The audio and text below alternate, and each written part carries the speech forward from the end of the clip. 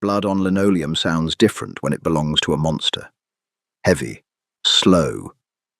Nurse Davis had one strict rule: no syndicate wars in her clinic. She was ready to let him die. Then the city's most ruthless crime boss choked out a name she had buried 6 years ago. The rain in Seattle didn't wash the streets clean, it just made the grime slicker. Down in the basement level of the free clinic, the world smelled like industrial bleach, stale filter coffee, and impending failure.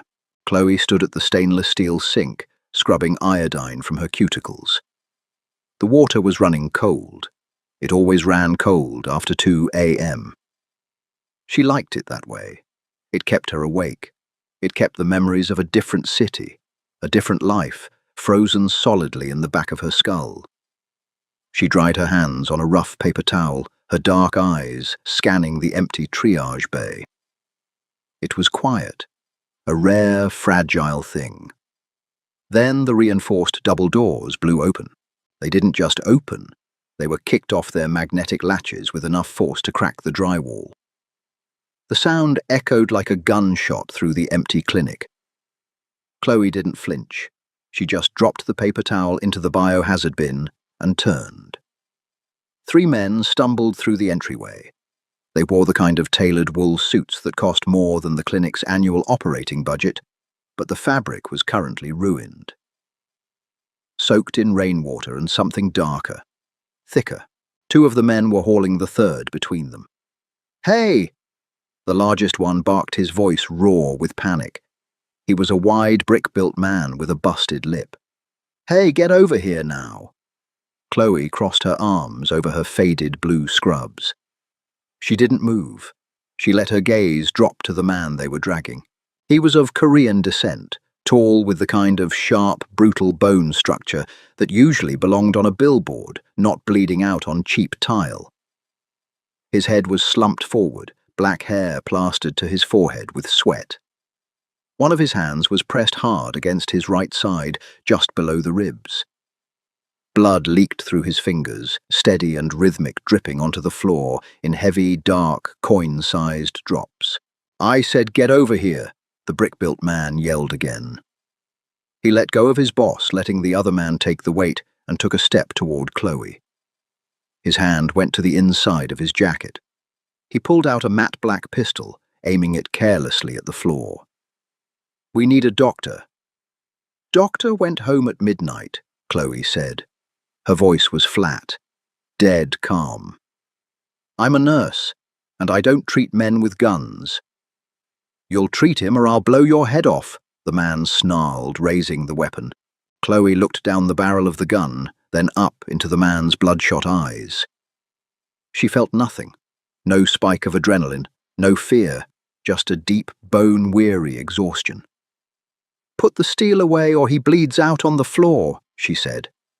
She didn't raise her voice. She didn't have to. "If you shoot me, you have a dead nurse and a dead boss. You think you can pack a liver laceration yourself.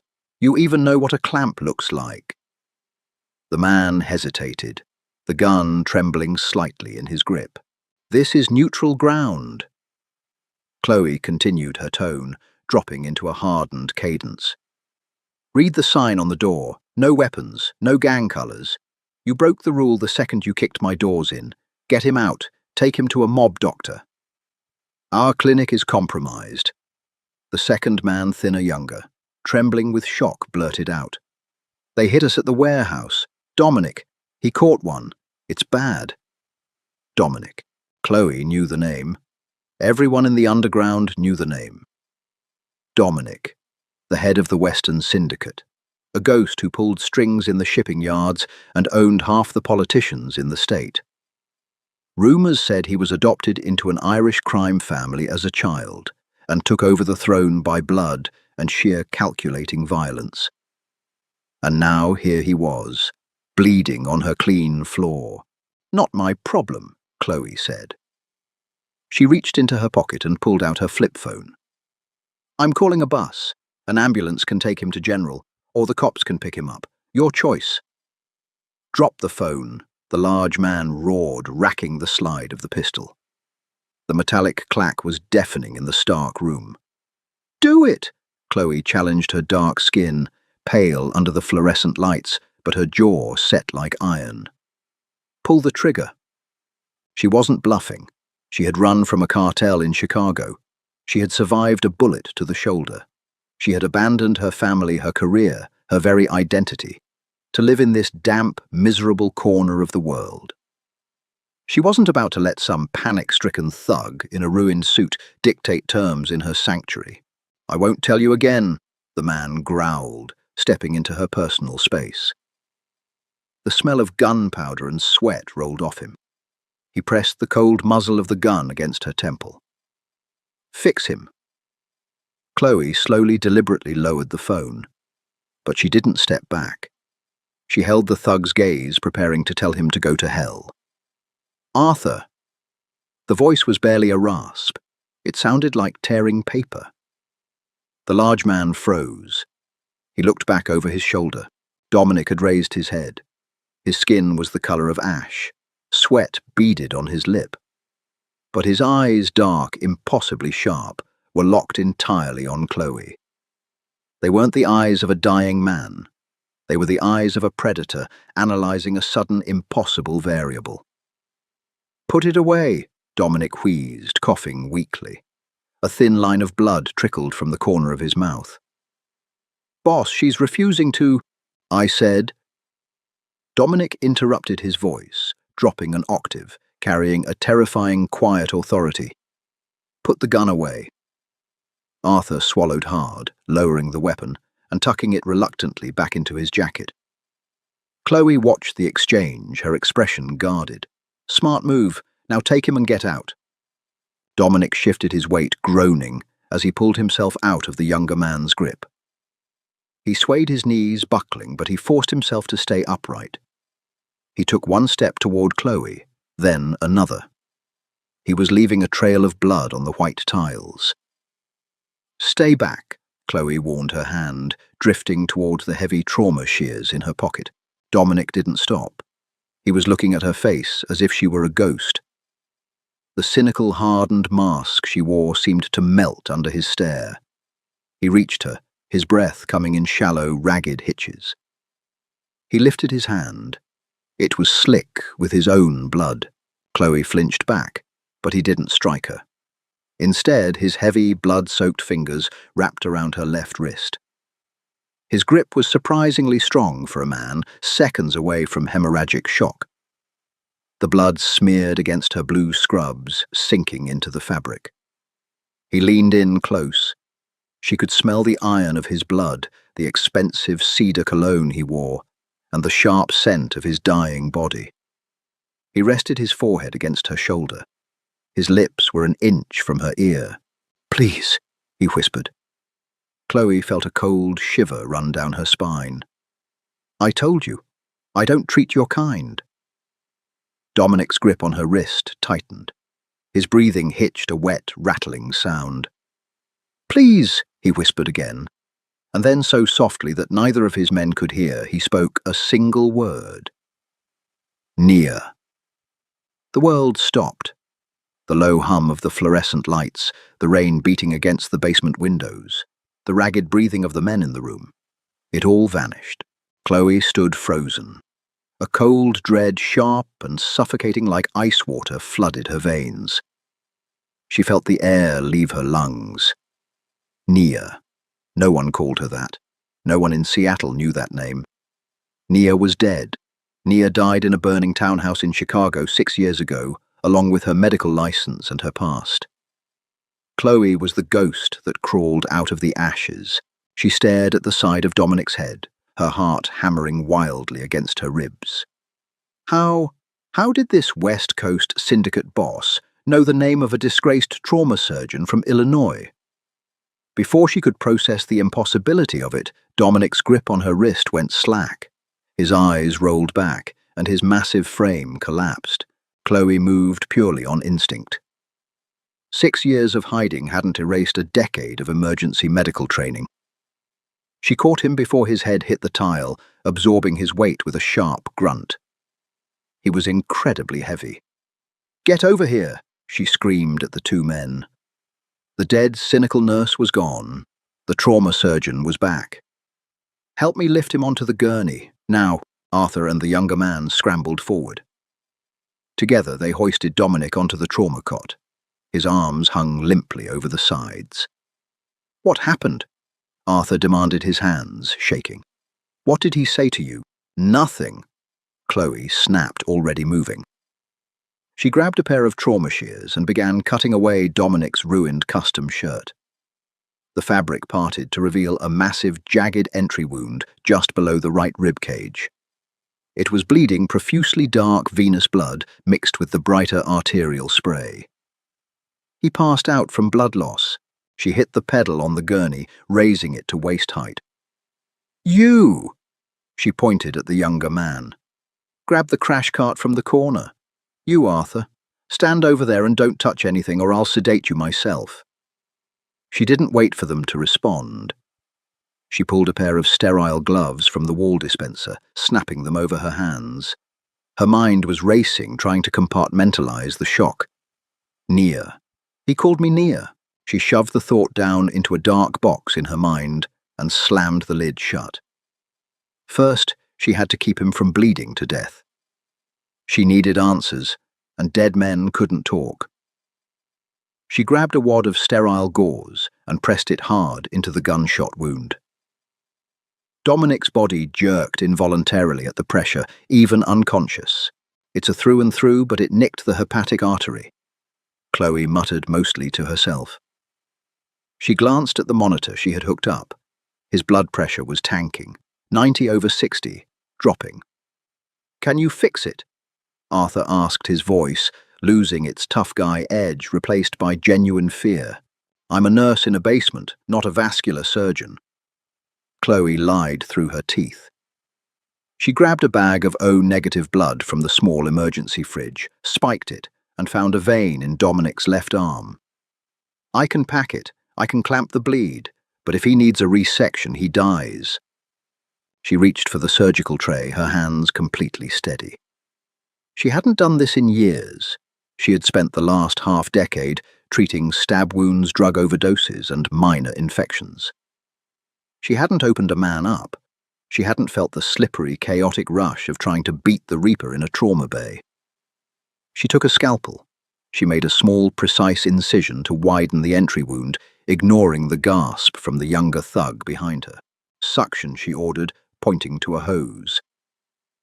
The young man fumbled with it, handing it to her. She cleared the pooling blood, leaning in close. The smell of copper was overwhelming. There, a pulsing, dark tear in the tissue. "Hemostat," she said, grabbing the surgical clamp herself. She reached into the cavity, her fingers slick, working blindly by touch and instinct. She found the artery. She clamped it. The bleeding slowed to a sluggish weep. Chloe let out a breath she hadn't realized she was holding. She packed the wound tightly with hemostatic gauze, wrapping his abdomen in heavy pressure bandages. She started a second IV line, pumping him full of saline and broad-spectrum antibiotics. For the next 2 hours, the clinic was silent, except for the rhythmic beeping of the heart monitor. Chloe worked relentlessly, stabilizing his vitals, suturing the secondary damage, and washing the blood from his skin. When it was over, she stripped off her gloves. They were heavy with crimson. She dropped them in the trash, her hands trembling for the first time all night. "He's stable," she said quietly. Arthur slumped against the wall, sliding down until he was sitting on the floor. He wiped a hand over his face. "Thank you." "Don't thank me," Chloe said coldly. "He can't move for at least 24 hours. If you move him, the clot breaks the clamp tears, and he dies in your car." "We'll stay," the younger man said. "No, you won't," Chloe countered. She walked over to the supply cabinet and pulled out a heavy flashlight. "You two are a neon sign. If whoever shot him is looking for him, they'll check the clinics. You two leave. Ditch the car. Come back tomorrow night." "I'm not leaving the boss," Arthur growled, standing up. "He's unconscious, pumped full of morphine, and currently under my care." Chloe stepped up to him, not backing down an inch. If you stay, you draw a target on this building. If a hit squad walks through those doors, we all die. You want to protect him. Go make sure your house is in order. Leave him in the dark." Arthur stared at her. He looked at Dominic, pale but breathing steadily on the bed. Then he nodded slowly. "We'll be back at midnight. If he's worse, he's dead," Chloe said. "Now get out." She locked the heavy double doors behind them, sliding the deadbolt into place. She turned off the main overhead fluorescence, leaving only the dim amber glow of a desk lamp illuminating the triage bay. The silence rushed back in. Chloe walked back to the gurney.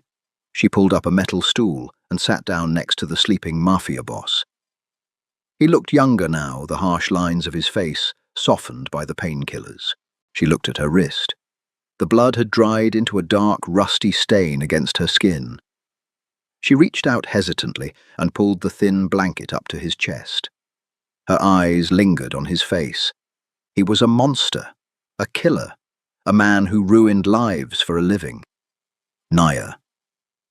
She leaned forward, resting her elbows on her knees, her face inches from his. "Who the hell are you?" she whispered into the quiet room. Dominic didn't answer, but as he breathed, his head turned slightly toward her in the dark. At 4:15 a.m., the morphine started to wear off. Chloe knew the exact moment it happened. The slow, rhythmic beep of the heart monitor spiked. Dominic's breathing hitched, turning shallow and rapid. His fingers twitched against the metal railing of the gurney. She didn't move from her stool.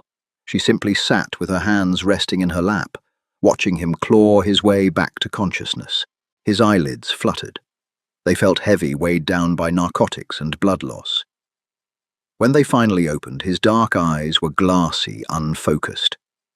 He stared at the water-stained acoustic tiles on the ceiling for a long minute. He swallowed dryly. "Don't try to sit up," Chloe said. Her voice was flat in the empty room. "Unless you want to bleed to death on my shoes, I just bought them." Dominic turned his head slowly. The movement clearly cost him. He looked at her, his vision swimming before finally locking onto her face. He didn't look like a mob boss anymore. Stripped of the tailored suit covered in a thin hospital blanket, with IV lines snake coiling from his arms, he just looked like a broken man. "Water," he rasped. Chloe stood. She filled a small paper cup from the sink, walked back and tipped it against his lips.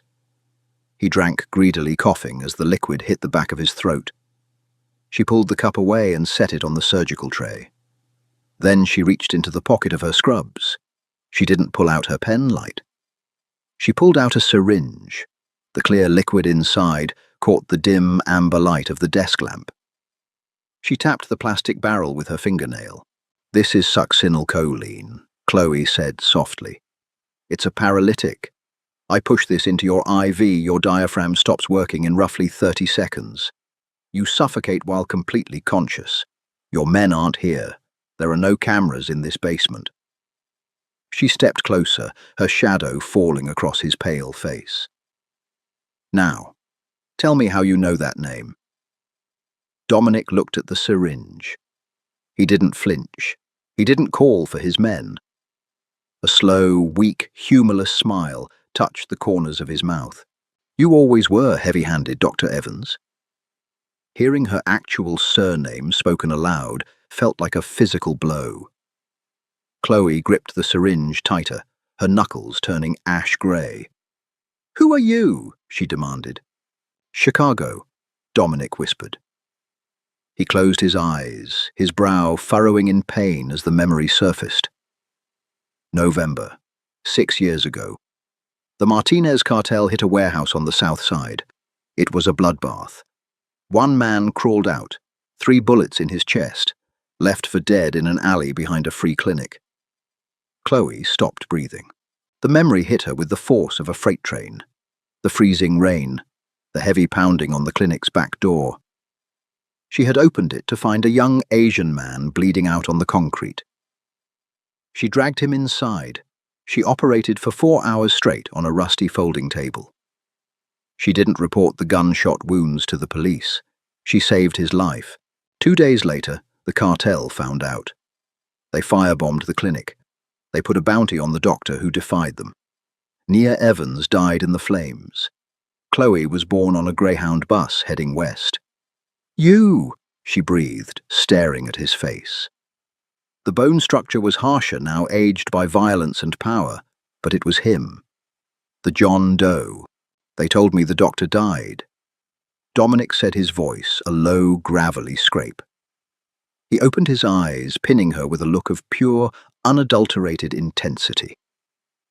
I woke up in a cartel basement a month later. I burned the Martinez family to the ground, from the street dealers to the boss. But it didn't bring you back. Chloe slowly lowered the syringe. Her mind was spinning. "You destroyed a cartel. Over a doctor.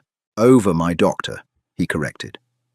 He shifted, wincing as the staples in his abdomen pulled. "You threw away your career, your family, your life, because you wouldn't let a stranger die in the snow. You paid for my life with yours." "I took an oath," Chloe said defensively, backing away. She felt exposed, raw. The walls she had built over 6 years were crumbling in minutes. "It wasn't about you. It was the job." "Maybe to you," Dominic said. He reached out his hand, trembling slightly from the effort, and grabbed the railing of the bed. "But I owe a debt. I've spent 5 years and millions of dollars tearing this country apart, looking for the ghost of Nia Evans. I took over this god-forsaken city just to use the port records. I finally found a whisper of a woman matching your description, patching up junkies in a Seattle basement." Chloe stared at him. The sheer scale of his obsession terrified her. But underneath the terror, something else stirred. A terrifying, deeply buried sense of validation. She hadn't been forgotten.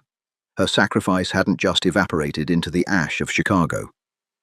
"You found me," she said, her voice barely a whisper. "Congratulations. Now tomorrow night your men will take you away, and you will forget you ever saw me." "No." The word was definitive. "Absolute. I don't belong to you." Chloe snapped, the cynicism roaring back to protect her. "You don't own me because I saved your life. Twice." "I don't want to own you, Nia," Dominic said quietly. The way he said her name made her chest ache. "I want to give your life back." Before she could process what he meant, a sound echoed through the concrete walls of the clinic. It wasn't a knock. It was the heavy metallic scrape of the magnetic deadbolt on the front doors being forced. Chloe's head snapped toward the corridor. The reinforced doors were thick, but the sound of an industrial crowbar wedging into the steel frame was unmistakable. "Arthur," Dominic asked, his voice instantly, losing its vulnerability, replaced by the cold calculus of a killer. "Arthur doesn't pick locks," Chloe said. She dropped the syringe into the Sharps container and grabbed a heavy steel oxygen tank from the corner. They tracked the blood in the car. Dominic muttered, gritting his teeth. He forced himself up onto his left elbow. The monitor began to beep frantically as his heart rate skyrocketed. "Under my shoe, the left one." Chloe didn't argue. She dropped to her knees, grabbed the ruined leather Oxford sitting by the trash can, and twisted the heel. It popped open with a click. Inside, wrapped in plastic, was a matte black 2-shot Derringer, a holdout weapon. "It's only got 2 rounds, she said, tossing it onto the gurney. "I only need 2, Dominic replied, grabbing the tiny gun. His hand was shaking violently. He was crashing. The adrenaline was pushing him straight into shock. The metal double doors groaned loudly, then popped open with a violent snap. Heavy footsteps hit the linoleum. 2 pairs of boots. "Kill the main breaker," Dominic hissed. Chloe slammed her hand against the grey electrical panel on the wall behind her, ripping the main switch down. The clinic plunged into absolute pitch-black darkness. The footsteps stopped. The sudden silence was deafening, broken only by the rain hitting the street-level grates above them, and Dominic's ragged breathing. "Sweep the rooms," a deep voice whispered from the corridor. Chloe crouched behind the steel medical supply cabinet. She clutched a surgical scalpel in her right hand. Her heart pounded in her throat, choking her. She had run for 6 years to avoid this exact moment. A flashlight beam sliced through the darkness, sweeping across the triage bay. It illuminated the empty desk, the rusted sink, and finally the gurney. "Target spotted," the man grunted. He stepped into the room, raising a suppressed pistol. Crack! The sound of the derringer was deafening in the enclosed space. The muzzle flash illuminated Dominic's pale face for a fraction of a second. The hitman staggered backward, clutching his throat, and collapsed in a heap of tangled limbs. But the recoil tore through Dominic's freshly stapled abdomen. He let out a choked, agonizing groan, dropping the gun as his hand flew to his side. The bandages instantly bloomed crimson in the dark. "Boss is down!" the second hitman yelled, rushing through the doorway. His flashlight beam hit Dominic, who was writhing on the bed, defenseless. The man raised his weapon. Chloe didn't think. She didn't weigh the odds, she just reacted. She lunged from behind the cabinet. She slammed her full body weight into the hitman's side. He grunted in surprise, his shot going wide and shattering a glass cabinet against the wall. They crashed to the floor. The man was massive, smelling of wet wool and stale tobacco. He backhanded Chloe across the face with brutal force. Her head snapped back, her vision exploding into white sparks. She tasted copper. He pinned her down, raising the gun to her forehead. "Night nurse," he sneered. Chloe didn't scream. With her free right hand, she drove the scalpel straight upward, burying the 2-inch surgical steel blade deep into the brachial artery beneath his armpit. The man shrieked. It was a horrible, high-pitched sound. The gun dropped from his suddenly useless hand. He grabbed his arm, rolling off her as dark, hot blood sprayed across the floor tiles. He convulsed wildly, panic setting in as his blood pressure plummeted in seconds. Within a minute, he stopped moving entirely. Chloe lay on the floor, gasping for air. Her scrubs were soaked in another man's blood. Her cheek throbbed. She stared at the dark ceiling, listening to the rain. Near, the voice was faint, barely a whisper. Chloe forced herself up. She stumbled to the electrical panel and threw the breaker back on. The harsh fluorescent lights flickered to life. The triage bay was a slaughterhouse. She ignored the bodies. She rushed to the gurney. Dominic was unconscious again. His hands were covered in his own blood. The clamp hadn't torn, but the secondary sutures had ripped completely. She didn't panic. She pulled on a fresh pair of gloves. She grabbed the hemostatic gauze. She started packing the wound again. 20 minutes later, the heavy doors banged open again. Chloe didn't even look up. She kept her hands pressed firmly against Dominic's side. Arthur burst into the room, followed by 3 heavily armed men. He took one look at the dead hitmen on the floor, the shattered glass, and Chloe covered in blood, keeping his boss alive. Arthur holstered his weapon. He looked at Chloe, a profound, undeniable respect washing over his weathered face. "The medevac is 2 minutes out," Arthur said quietly. "We have a secure floor at Mercy Hospital." Chloe nodded slowly. She stepped back from the bed, stripping off her ruined gloves. She felt hollowed out, empty. Arthur's men moved efficiently, transferring Dominic to a mobile stretcher. As they wheeled him towards the door, Dominic's eyes fluttered open. He reached out his bloody fingers, blindly searching the air. "Wait," Arthur ordered. The men stopped. Dominic found Chloe's wrist. He didn't grip it hard this time, he just held it. "You're done hiding." Dominic rasped, his eyes burning into hers. "You hear me? No more basements, no more running." Chloe looked down at him. She looked at the blood on her clothes, the bodies on the floor, the violent, chaotic world that had just dragged her back in. But for the first time in 6 years, she didn't feel afraid. She felt awake. "Where are we going?" she asked. Dominic's lips curved into a weak, bloody smile. Home Dr. Evans. Chloe watched them wheel him out into the cold Seattle rain.